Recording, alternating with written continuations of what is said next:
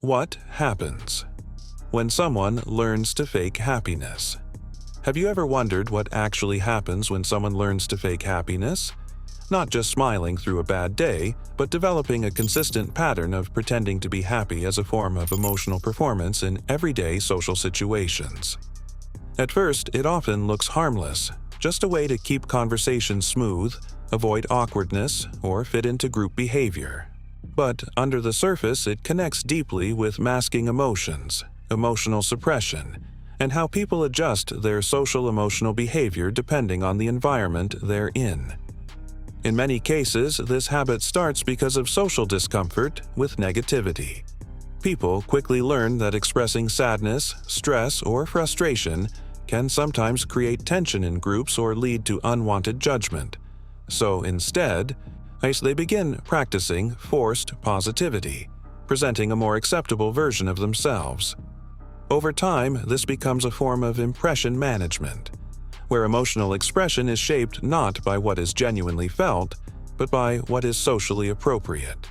This is where the gap between emotional authenticity versus display begins to form. As this behavior repeats, the mind starts adapting. What begins as a conscious choice slowly turns into learned emotional behavior. The brain associates smiling, calm tone, and positive expression with social acceptance, while emotional honesty becomes something to hide. This creates a cycle of emotional conditioning, where pretending to be happy feels safer than expressing real internal states. In group settings, this can improve social harmony on the surface, but it also increases internal pressure to maintain the mask consistently. However, internally, things don't disappear just because they are hidden. Emotional suppression builds up over time, affecting emotional awareness and making it harder to clearly identify what one is actually feeling. Instead of processing emotions, the mind often pushes them aside, replacing them with a socially acceptable expression. This can create emotional dissonance, where the inner state and outer behavior do not match. The longer this continues, the more exhausting it becomes to maintain that separation. In social interactions, this also affects communication.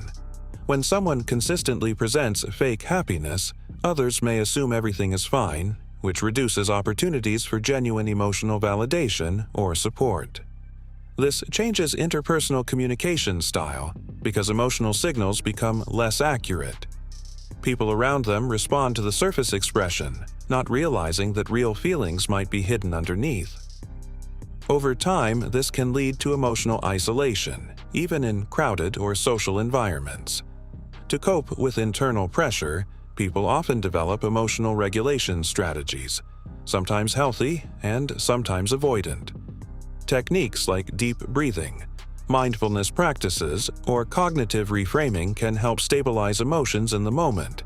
But when used only to support emotional masking rather than true processing, they become part of a cycle of suppression rather than resolution.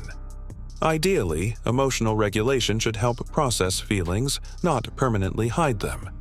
If this pattern continues long-term, it can influence psychological well-being.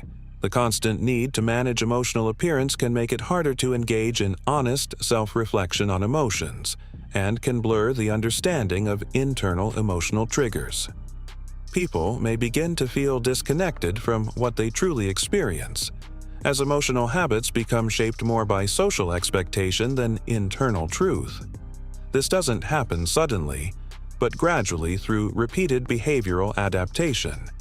At the same time, it's important to understand that not all emotional control is harmful.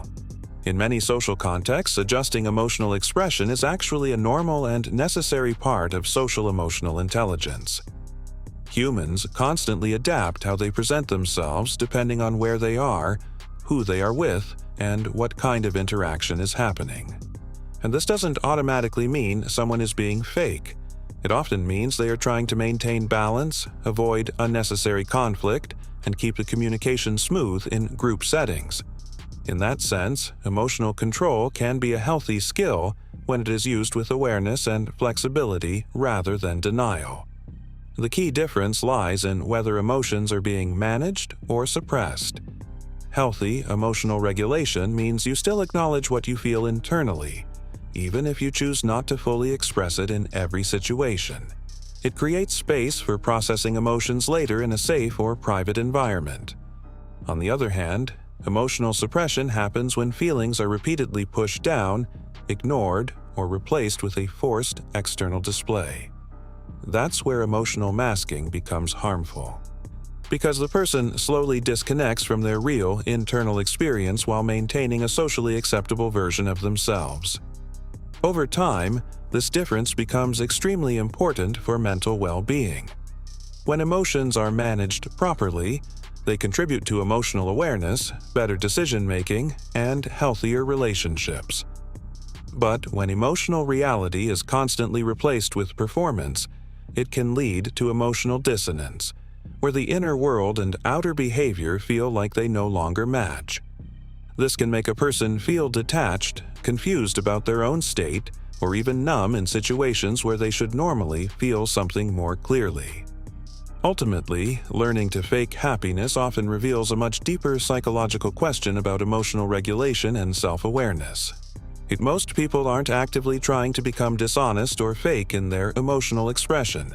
In many cases, they are simply trying to survive environments where emotional honesty feels unsafe, inconvenient, or socially rejected. So, the real issue is not about perfecting the mask, but understanding why the mask feels necessary in the first place. The real challenge is to gradually reduce dependence on emotional masking by building healthier emotional coping mechanisms, improving self-reflection practices, and developing stronger emotional clarity. This includes learning how to recognize emotions early, understand their causes, and process them in a constructive way rather than hiding them.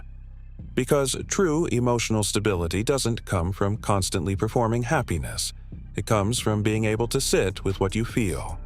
You need to understand it without judgment and respond to it in a way that doesn't disconnect you from your own inner reality. And if you like the content, do us a favor, like the video, subscribe to the channel, and support us for more psychology-based deep dives like this.